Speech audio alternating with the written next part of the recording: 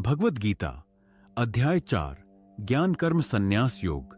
अध्याय 4 में भगवान श्री कृष्ण अर्जुन को ज्ञान कर्म संन्यास योग का उपदेश देते हैं।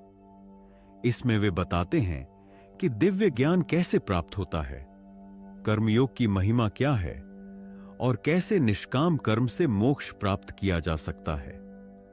श्री कृष्ण कहते हैं कि उन्होंने यह ज्ञान पहले सूर्य देव को दिया, फिर यह परंपरा से राजर्षियों को प्राप्त हुआ, लेकिन समय के साथ यह ज्ञान लुप्त हो गया, इसलिए वे अर्जुन को इसे फिर से बता रहे हैं। अर्जुन प्रश्न करते हैं कि भगवान ने यह ज्ञान सूर्य को कैसे दिया, जबकि उनका जन्म तो अभी हुआ है।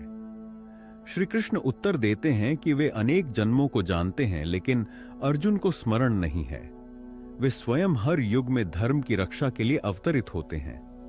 यदा यदा हि धर्मस्य ग्लानिर्भवति भारत अभ्युत्थानम धर्मस्य तदात्मानम सृजाम्यहम्। जब भी अधर्म बढ़ता है और धर्म का ह्रास होता है, तब भगवान धर्म की पुनः स्थापना के लिए अवतार लेते हैं। वे सज्जनों की रक्षा और दुष्टों के विनाश के लिए प्रकट होते हैं।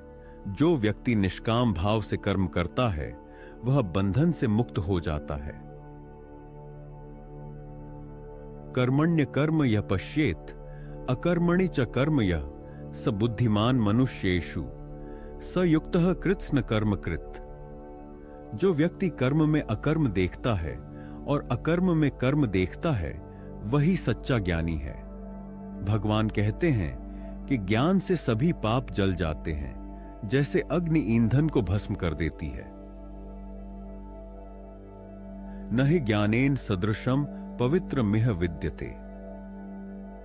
इस संसार में ज्ञान से बढ़कर कोई पवित्र वस्तु नहीं है।